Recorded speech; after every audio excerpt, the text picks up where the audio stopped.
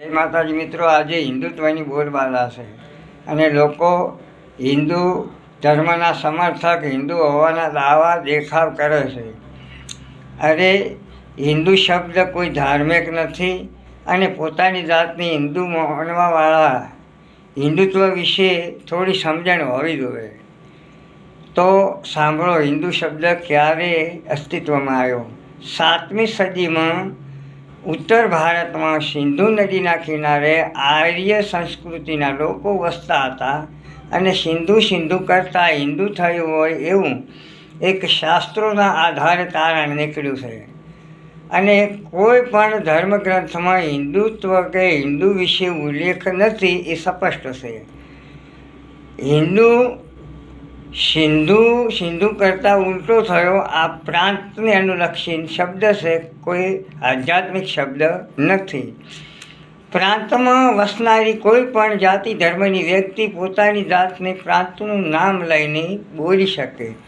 જેમ કે એક મુસ્લિમ હોય કે ખ્રિસ્તી, પારસી, ઈસાઈ હોય, પણ ભારતમાં વસતો હોય, હિન્દુસ્તાનમાં વસતો હોય તો પોતાની જાતને હિન્દુસ્તાની કહી શકે, ભારતીય પણ કહી શકે. આવું જ આ શબ્દનું છે. પણ લોકોએ પોતાના વ્યક્તિગત સ્વાર્થ ખાતર હિન્દુત્વને કેવો વળાંક આપ્યો છે. અને એક વાત કે રામ હિન્દુ ન હતા, કૃષ્ણ હિન્દુ ન હતા, ઋષિમુનિ હિન્દુ ન હતા, સનાતની હતા. અને વૈદિક ધર્મના ઉપાસક ગણો, પ્રચારક ગણો, જે ગણો તે. આપણો ધર્મ એ વૈદિક ધર્મ. આપણો ધર્મ 4 વેદોને માન્ય છે, એટલે એનું નામ વૈદિક ધર્મ જ છે. આપણે સનાતની તો ખરા જ. એટલે આ જે શબ્દો ઘણા બધા હિન્દુ ધર્મમાં એવા છે કે આજે અભ્યાસ માગે છે. અમુક લોકોને તો ઉલટું જ લાગે કે આવું બધું હોતું છે. જેમ કે કુરુક્ષેત્ર બોલવામાં આવે છે.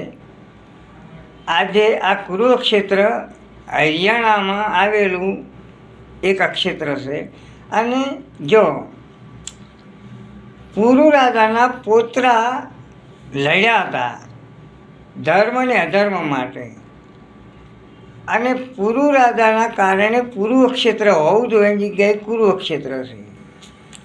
હવે પુરુ, યદુ, તુર્વસુ અને 2 બીજા એમ આ 5 પુત્રો અયાતિ રાજાના પુત્ર હતા.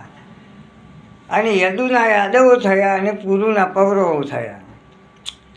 એટલે ધર્મમાં ઘણી બધી વિરોધાભાસી વાતો છે. એ કદાચ સામાન્ય લોકોને ના સમજાય. અમુક વાતો સમજવા માટે અભ્યાસ જોવે, અનુભવ જોવે, વાંચન જોવે. તમે જન્મા એટલે હિન્દુ થઈ ગયા? અરે હિન્દુ ધર્મની વ્યાખ્યા શું એ ખબર છે? મને જણાવો. એટલે પશુ વગર જૂઠું બોલે, વગર કોઈને બનાવટ કર્યા વગર પોતાનું પેટ ભરી શકતું હોય તો માણસને આટલી એડી જૂઠાણું ચલાવવું પડે અને ખોટા દાવા કરવા પડે? એ દેકાર છે આવા તમારા મનખાન.